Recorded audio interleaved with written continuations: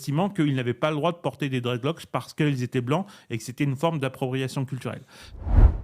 Oui, alors la notion d'appropriation culturelle, c'est quelque chose d'assez large et c'est un concept qu'on a surtout vu se développer à partir de la fin des années 90, début des années 2000.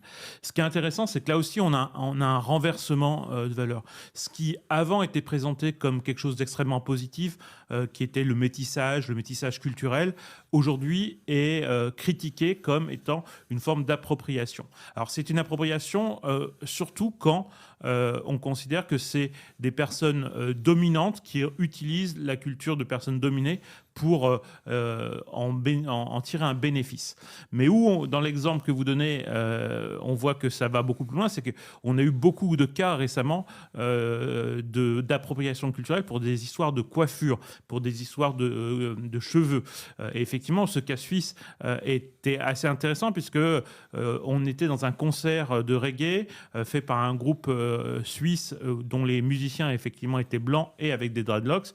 Et il y a eu des plaintes parmi le public estimant qu'ils n'avaient pas le droit de porter des dreadlocks parce qu'ils étaient blancs et que c'était une forme d'appropriation culturelle. Ça a conduit l'organisateur du spectacle à interrompre en plein concert les musiciens et à leur interdire de reprendre le concert, estimant que c'était problématique.